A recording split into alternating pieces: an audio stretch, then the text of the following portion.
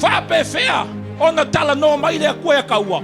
Kala ngoa mai lea tua ina na upu. Whafonga i le lua Timoteo tolu suma le ono. O tusi pa ia o malava e mai le anganga o le atua ia. Whafonga whai mai ea.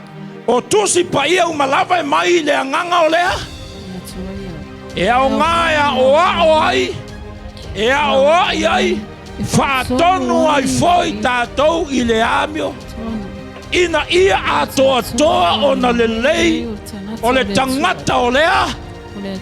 Whaapoto ai foi tātou i le amio kongu. Wai vai ele makau ki ole. Ole mele nei e tala noma ia ile kua o langa. Wia ngiso ka kouso le le fia whalongolongo ngai mea. Ai olo kei miha oa ia ele manga oa oa ia. Ai le fai kau ako fe mai ia. Ea oa oai. Ea oa iai. E whaatonu. Peo ka kou peo le ngā kuna whalkangaka ia. E musu ea oa ia. E musu e whaakongu. Ai whafonga kala kuspa ia kuse whakaoko fe mai ia. Ole tangata poto. Fe mai ia. Na te whaalongo ma. Mawhai. Ile ngakanga whaalongo.